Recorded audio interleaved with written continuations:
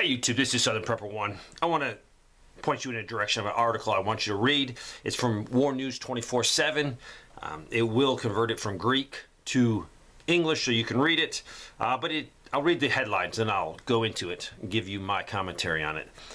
The adults are over. Zelensky recruits 16 to 17-year-old children and guardians of people with disabilities. Information for the disabled.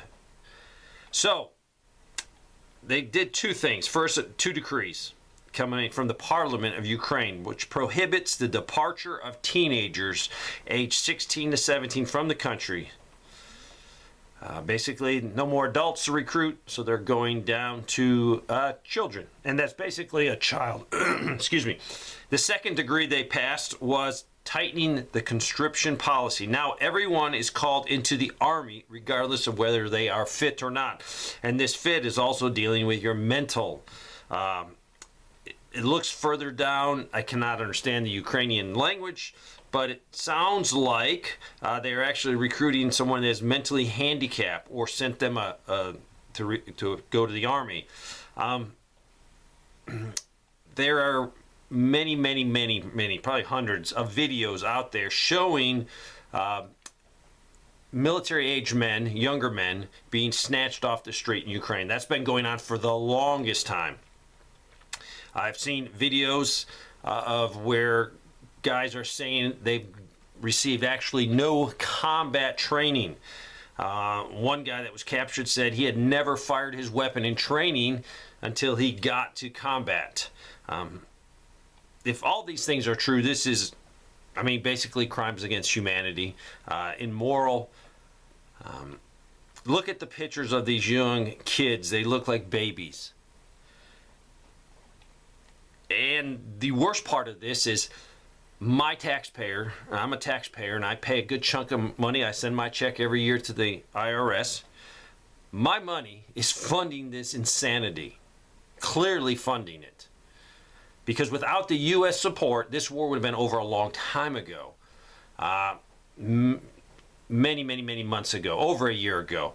Ukraine was probably going to sign a peace treaty, a peace deal, and negotiate a good settlement. Then was the Prime Minister of England went over and said, no, stop. No more negotiating. We're going to help you. U.S. going to help you. NATO's going to help you. We're going to give you whatever you want, whatever you need. Now, there is no more recruiting. Ukraine is militarily ineffective. You know, they're talking about this counteroffensive. There is no counteroffensive. The sad thing about this is these people being grabbed, put into the military. When I saw combat for the first time, I was well trained. I had gone many months, maybe a year or two with the same guys in my platoon.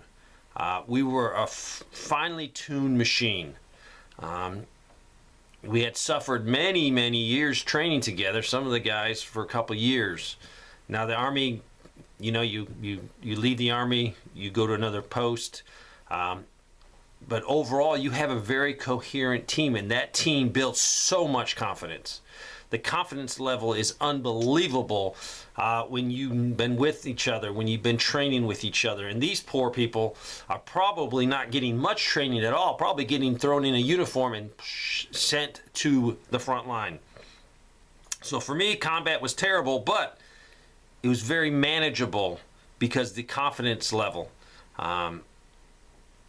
These people have no confidence level. They're getting destroyed. There is no counter-offensive because the Russians had months and months to prepare a defense. And this is a defense in depth where it's not one single line of trenches. It's not one single line of anti-personnel mines or tank mines. It's lines after lines after lines. And this is designed so if you do a counteroffensive and you hit the first Russian line of defense, they have the ability to pull back to the second line, and then that buys them time to bring reserve reinforcements up.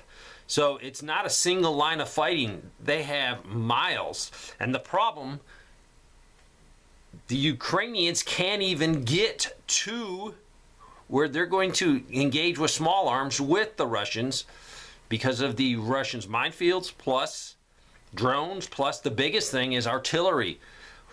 When they mobilize the Ukrainians to do a probe or do a launch into the Russian defense, they're getting pummeled with artillery, pummeled. So they can't even get to where they need to go without suffering huge losses.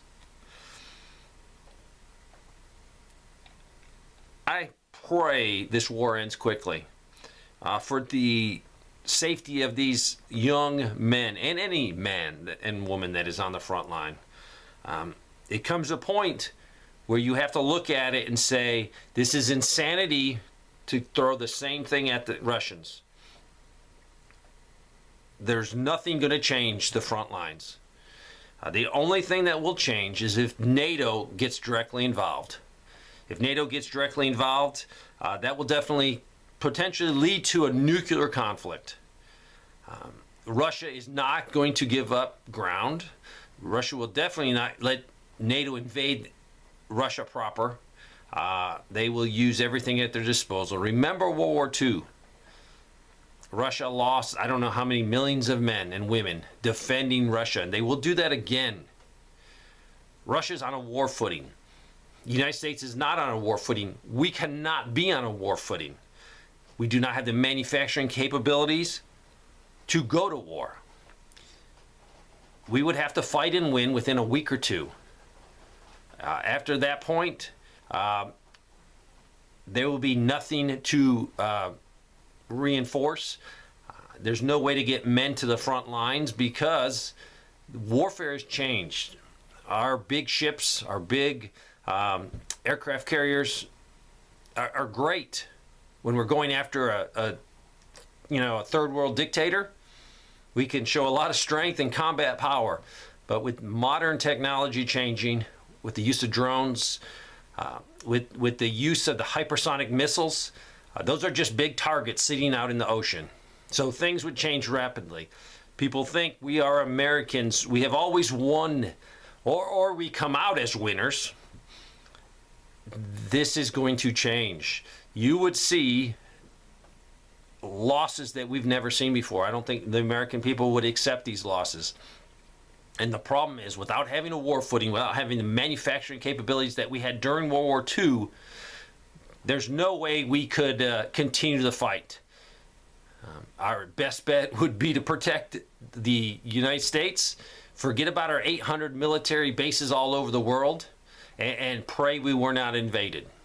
People say, Dave, you're crazy. No one will ever invade the U.S. We're the U.S. of A.